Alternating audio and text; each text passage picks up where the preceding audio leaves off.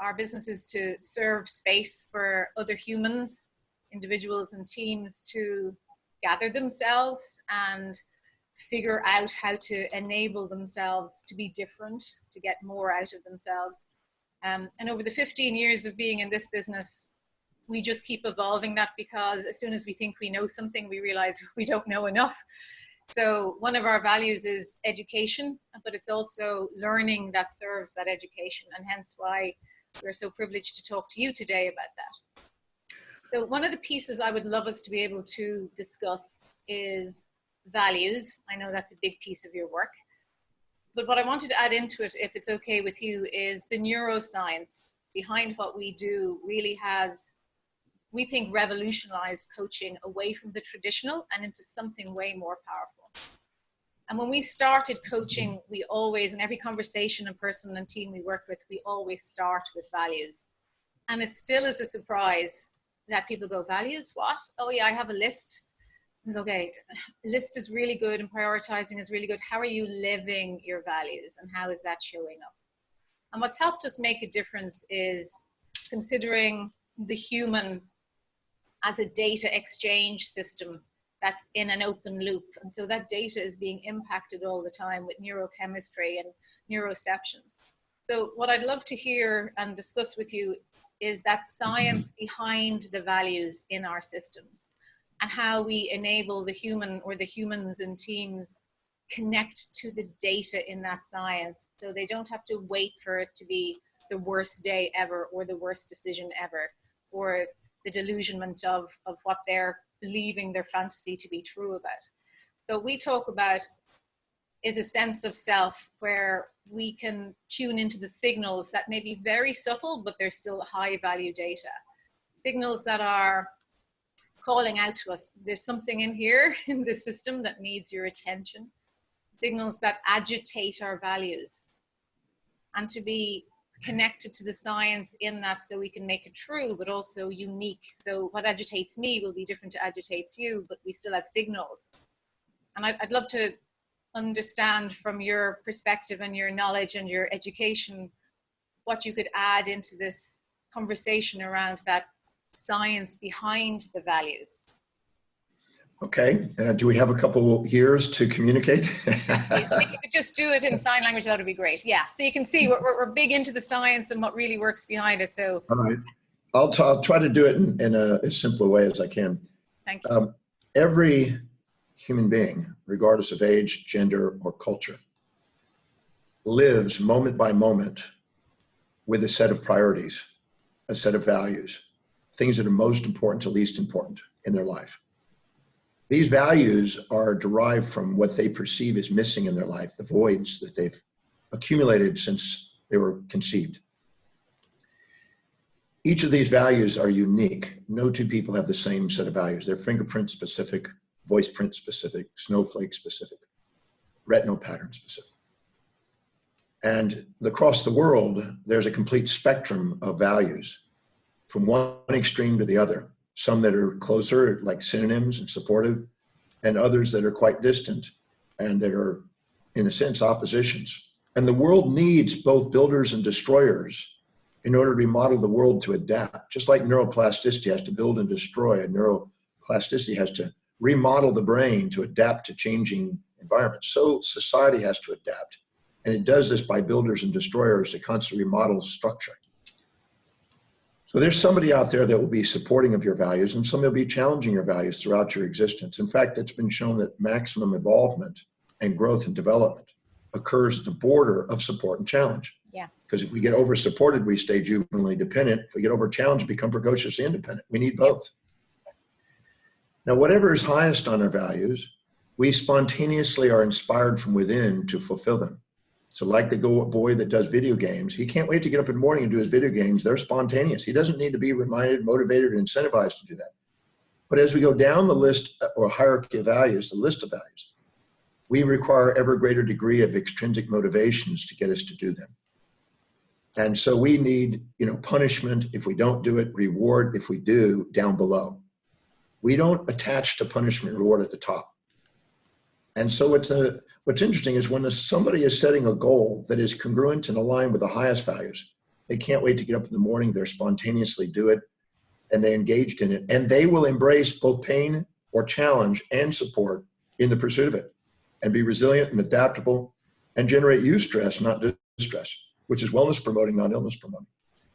Now, what's interesting is anytime we see something that supports our value, we activate the parasympathetic nervous system. Yeah. And epigenetically, that acetylates our histones and DNA and initiates regulatory systems in the genes to give us exactly the proteins that we need to build and create what we want. And if we get challenged, we activate the sympathetic nervous system and we methylate them and inhibit some of the gene structures. And our body, with its perception, is constantly remodeling the genetic expression to adapt to the changing environment, and also to signal to us whenever we don't have a balanced perspective. It's creating symptoms to let us know whenever we're skewed to one side with some sort of subjective bias.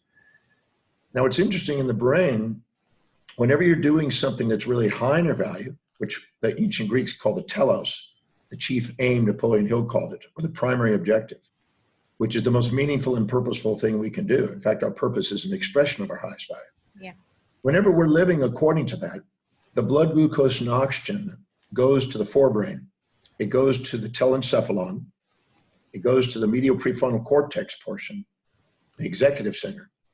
And it wakes up inside that certain fascicles of nerves that are actually involved in inspired vision, lucid vision, strategic planning, executing those plans, and it actually sends signals down into the nucleus accumbens and other areas of the amygdala to calm down the impulses and instincts that normally distract us. And so when we're living congruently with our highest values, the forebrain comes along, which is the executive center, which is our leadership center and our mastery center. And what we do is we're more objective, we're more poised, we're more present, we're more productive, we're more prioritized because we're at the top, and we're more purposeful. And what happens is there, instead of seeing things skewed with the bias, we tend to see things more objective, and we don't react, we act, and we're purposely acting. Therefore, we're executing the mission. And this is Mission Control Center. This is the Mission Control Center. And what's interesting, this sends up fascicles up into the temporal parietal region for activating creativity and inspiration, and allows us to actually see all the possibilities that we would normally not see.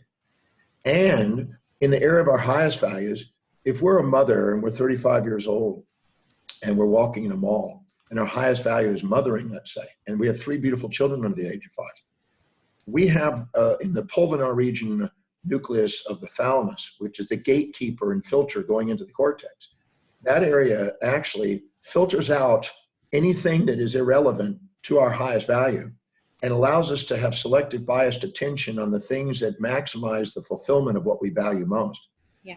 And we have an attention surplus order in that area. And anything that's not meaningful, that's lower on our values, we literally filter it out. We have attention deficit towards that. We also have retention surplus order, imagination surplus order, and intention surplus order. So we maximize our discipline, reliability, and focus on achieving what's most important to us. The key is making sure that you really know what's most important, what your life demonstrates spontaneously that's most important.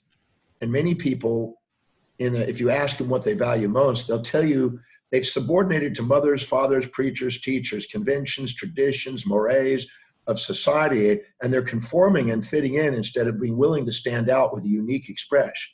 We all want to make a difference, and we make a difference when we're actually living congruently with our own set of values that are unique. And whenever we try to fit in, we dilute the potential for making the difference. So living congruently with the highest values awakens our attention, our retention, our imagination, and our intention to the fullest, so we maximally perform. And the neurochemistry is more poised. Whenever we see things that support our values, we get dopamine and oxytocin and vasopressin and enkephalins and endorphins and estrogen and serotonin. Whenever we get things that challenge it, we get histamine and cortisol and norepinephrine, epinephrine, substance P, and the testosterone. So what happens is those chemistries get skewed when we are imbalanced, and the second we see things from an objective view, the balanced chemistries allow us to have the least amount of distractions by impulses and instincts and the highest degree of focus and presence.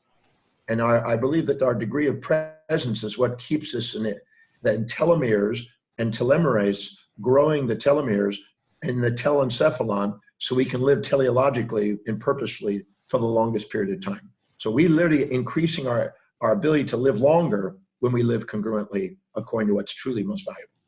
And this is why we all want to do it. The enabling piece as coaches we want to service our clients with is time for them to pause and understand, this can be done, and then work with them to find the path to get there, which for some seem to be more evolved and awake than others to get there, but that's fine. We're in it for the long haul anyway.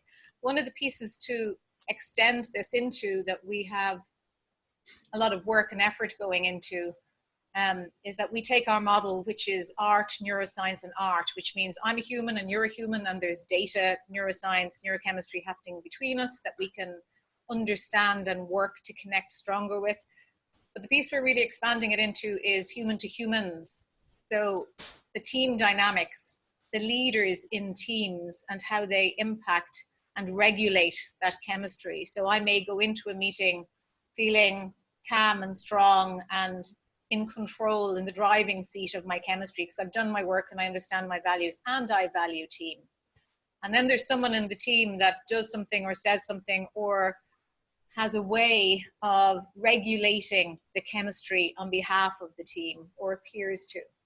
So I'm curious about how we dance the values dance in team while holding our sense of self strong, but also making sure that we do make an impact, that we do allow our voice and our sense of self show up in an honest integrity way, which would be one of our higher values.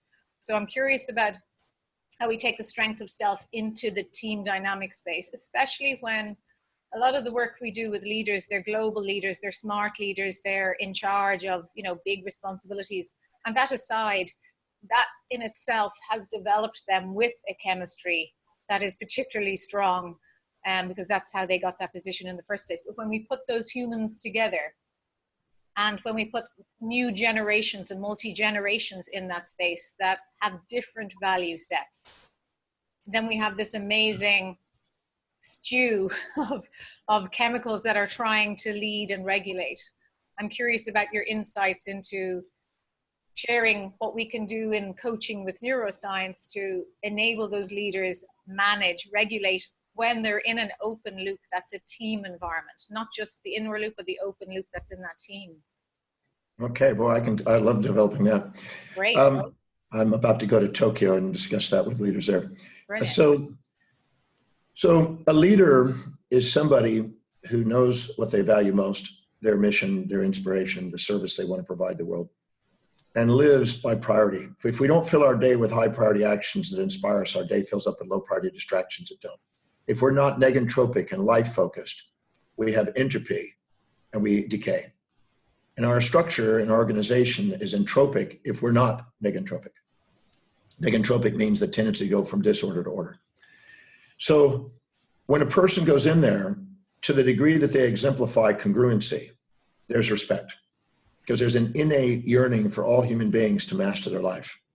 So anybody that goes in there and is able to be poised and present and purposeful and patient and productive and prioritized, they automatically command respect. And because they're not swayed by their own impulses and instincts of their emotions down below from the amygdala, they're steady, they're reliable, they're disciplined, they're focused. And there is automatically respect, and whoever has the most certainty, and that's the person that does, rules the game. Now, but they have a responsibility or accountability, if you will. And I always define accountability as to be able to bring into account the balance sheet, the balance of people's perspectives. Now, a culture is actually a group of countercultures. A culture of all yes people, you don't get much done. And you get no people, you don't get much done. But if you get a balance of those two, you get innovation and challenge and creativity. So the leader, in my opinion, has the accountability to discover and care enough about the people that they're leading to discover what their highest values are. When I worked with leaders, I I have them find out who are the people that they're directing. You know, maybe 3 to 5 or 10 people or hundreds of people. But I find the key people and I structure it, because the organizational chart has a lot to do with how it manifests. And so I structure it where they're not having overwhelmed trying to scatter themselves with too many people. There's layers if necessary. And you have to care enough about them to know what their true highest values are. Some people fit in a nurturing way, and their highest value is raising a beautiful family. Others love intellectual stimulation. Others love social interaction.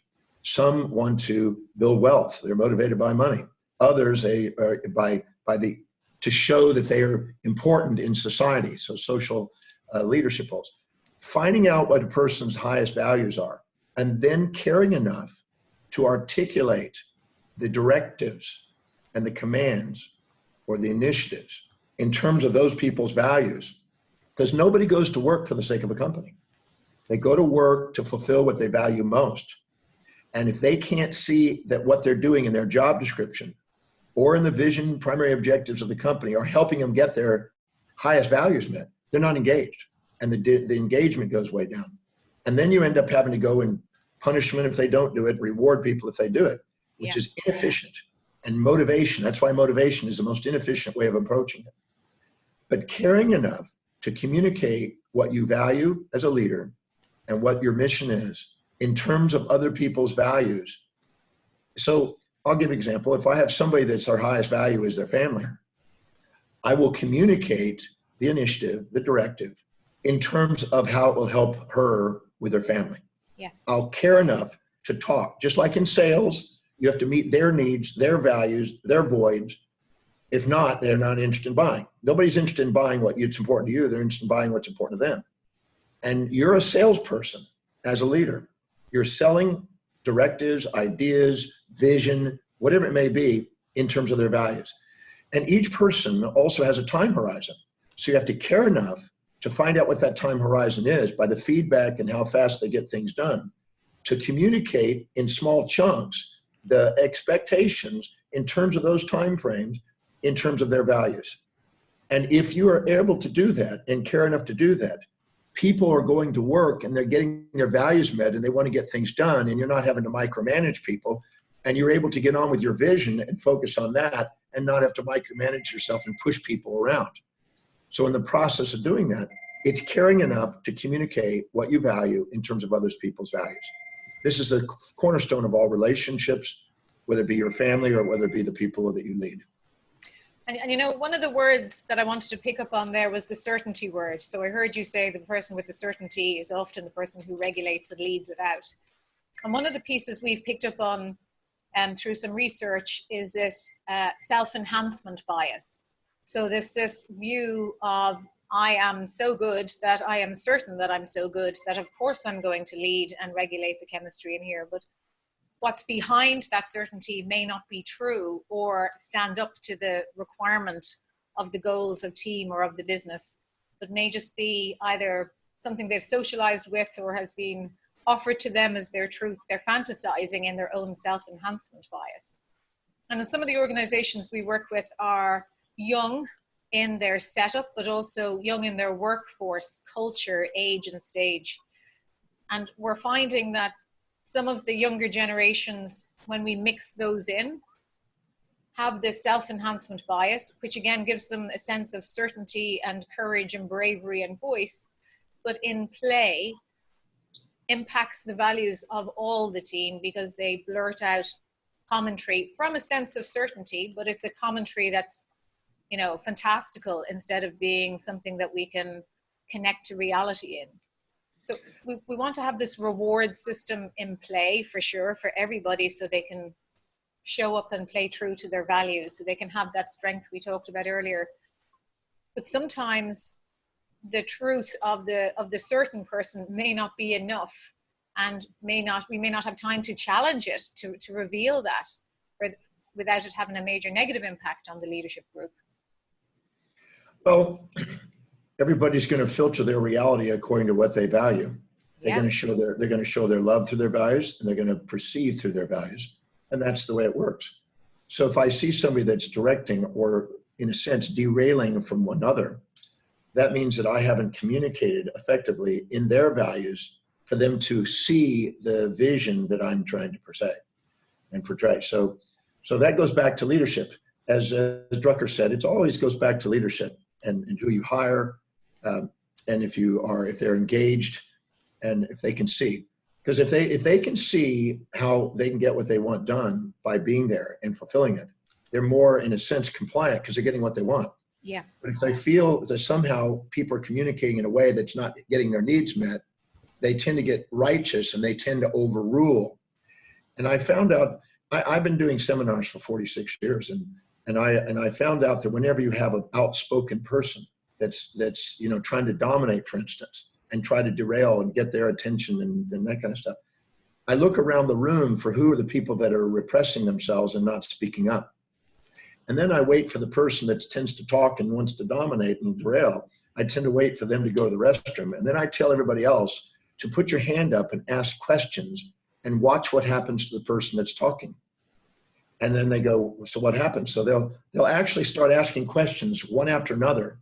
And then the other person becomes quiet because there's a collective repression and expression dynamic that goes on in collectives. So if a whole bunch of people are afraid to speak up, one will dominate and keep dominating and dominating.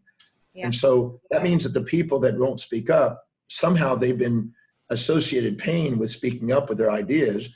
And as a result of it, they're suppressing it and the other person dominates. And I educate the group on dynamics and show the complementation of opposites. So they have, in a sense, the ability to take command. But if they have a situation where they've been, somebody's judged them for what they do and they repress themselves, you're going to have somebody else over here that's going to speak up and it's going to keep derailing. And that's a symptom of not effectively communicating individually in those values when addressing them. And that's why I say that when I work with leaders, and if they have, let's say, 5 people that they're mainly directing, executives that they're directing, I make sure that they know the hierarchy of values of them, what's most important in their life, what their greatest achievements are, when their weddings are, when their kids were born. I make sure that they know these people on their touch points and the most important components. So the leader communicates and shows that they're caring, not artificially, but cares about what's most important to them. And to the degree that you do, those people will do everything to help you get that mission fulfilled. And I'm curious if your best outcomes has come from those moments where you are there and able to intercept and create new ways of experiencing it in the moment. Because the quality of our life is based on the quality of the questions we ask. And it's about asking questions, because a great leader asks more questions than they actually say. They're asking questions and leading the other people through their own values to the insight of where they want to take them. I worked with a gentleman named Bill Pollack who owned Drake International. He's in his late 80s now. And I watched him work with his executive team because I was there speaking into the team and I watched him interact with them.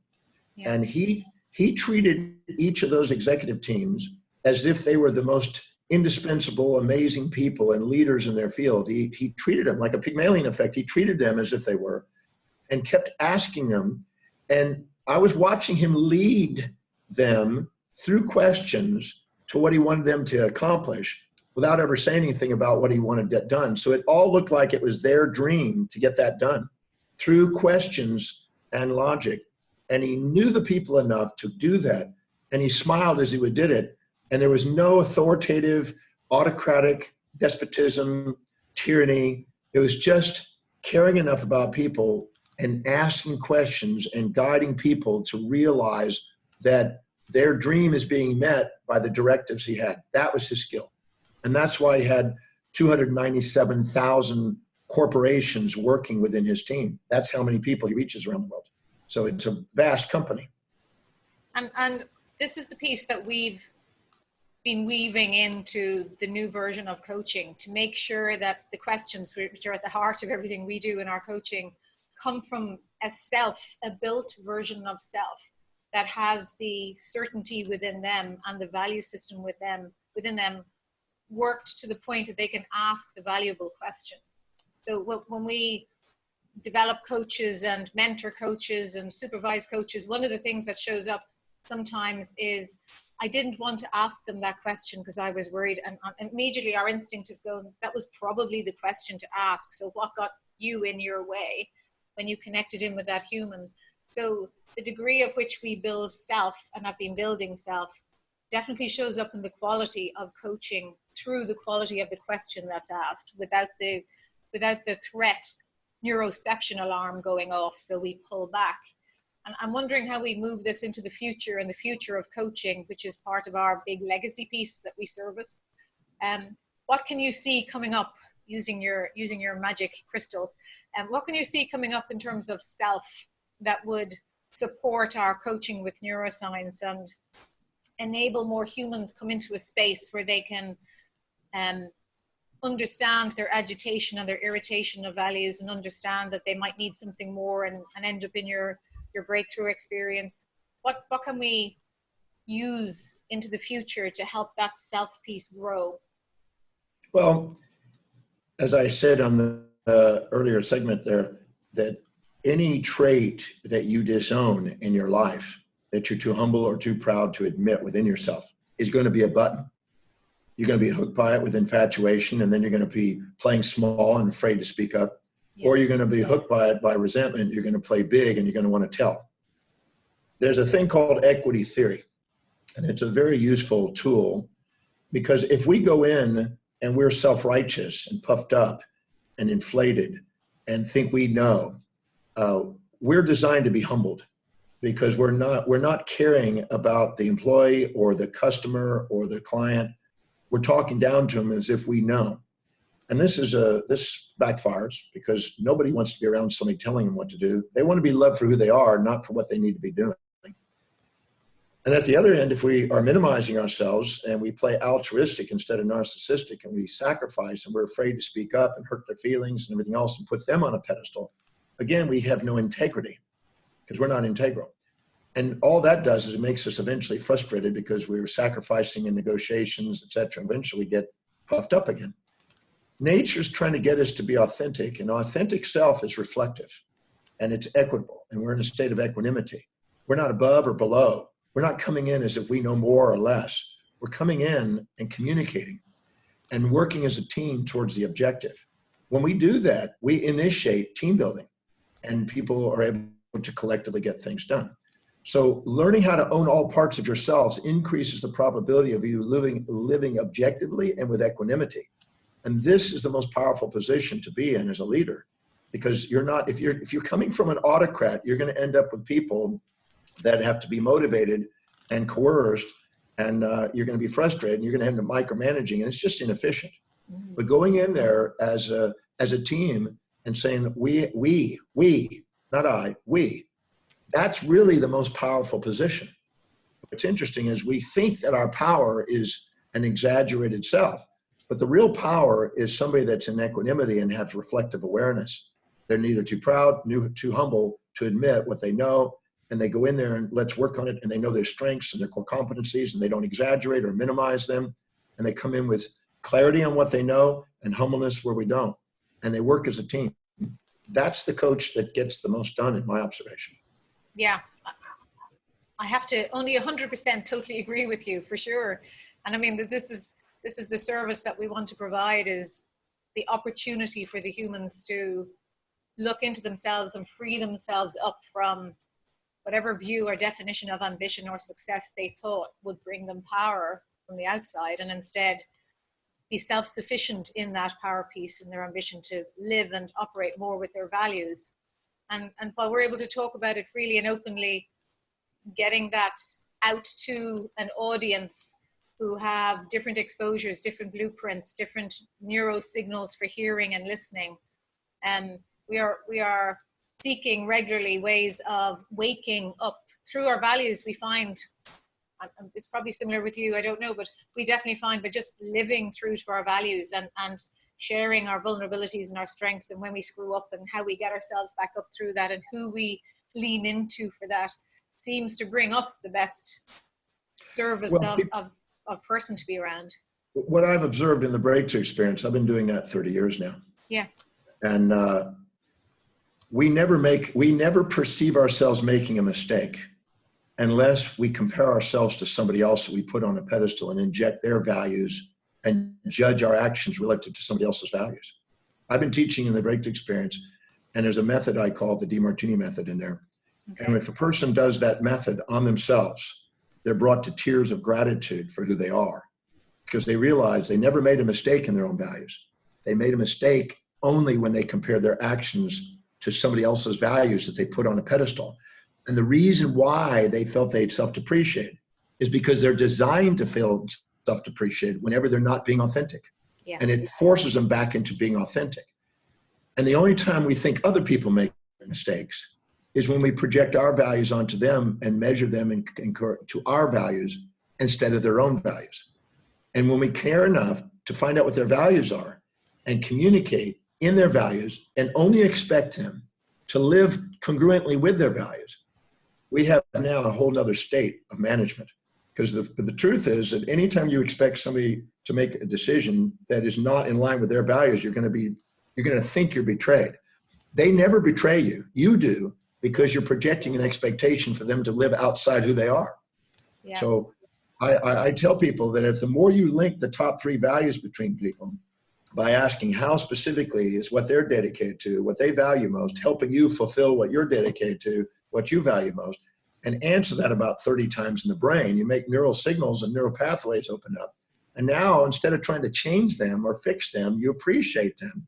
And when you appreciate them for who they are, they turn into who you love. And this is amazing exercise. And then you do the thing in reverse, and that gives you the ability to articulate what you value in terms of their values. And that's where communication is maximized. And so I don't ever see somebody that's screwed up or made a mistake. What I see is people that have that thought, and then I try to ask them questions to make them realize that they're actually on track according to their own decisions and values. But if they're subordinating to somebody, they're going to think they haven't, and they're going to beat themselves up. Beating yourself up is not a weakness. It's a feedback mechanism to guide us to authentic. Our brain is a telos, highest value seeking organ and fulfilling organ. And everything that goes in our life, our physiology, our psychology, our sociology, and our theology, is attempting to get us to be authentic. Every event is trying to get us authentic. So none of them are anything but feedbacks if interpreted wisely. Once we do, we realize that the universe is working on our behalf, and there's nothing to be frightened about. There's something to be grateful for. Well, on that note, you couldn't have summed it up beautiful with gratitude, which is one of our highest values. I am very grateful. Thank you for sharing your insights and knowledge, not just with me, but with anybody else who'll get to see this. And I know Rochelle, who spoke to you earlier, will come in now and will offer her gratitude too. I'm walking away with a lot. I'm walking away with a lot for myself, but also in a view of how to take this into coaching and also with a view of how to share your work, the breakthrough experience, with the people we meet and the network we meet. Because sometimes, Dr. Martini, we get people that say, I don't know what to do. I just don't know. And they're kind of stuck in a numbed out situation. So part of what we do is identify what can be worked on in coaching beautifully, but also what needs to go to something else, something, as Rochelle explained here earlier, is maybe a blind spot or something that needs a safe, wise, experienced person like yourself and your business to be able to allow them uncover that and step up and move on. So I'm very grateful. Thank you for your sharing and our connection together. I know when you're in Ireland, the next time that I'll be stepping in to hopefully meet you and see you. But for now, I'd like to thank you very, very much. Is there anything you wanted to say at the end of this piece? You can have the last word. Well, whoever's listening, you want to, anytime you want to start from what you know and let what you know grow. You know, when I first wrote my mission statement when I was 17, I knew that I wanted to learn. I knew that I wanted to travel.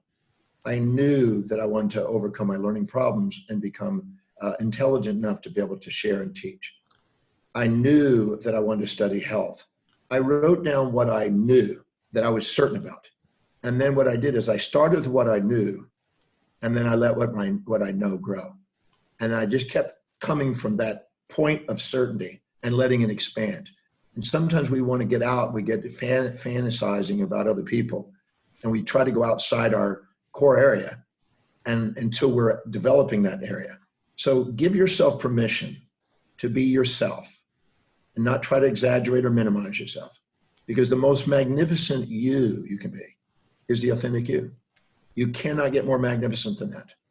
And the only reason why you have dysmorphic views of yourself is because you're comparing yourself to others instead of comparing your daily actions to your own highest values and dreams. So give yourself permission to be authentic to what you value most, and you'll build momentum and do something extraordinary. The true you is already extraordinary, waiting to shine.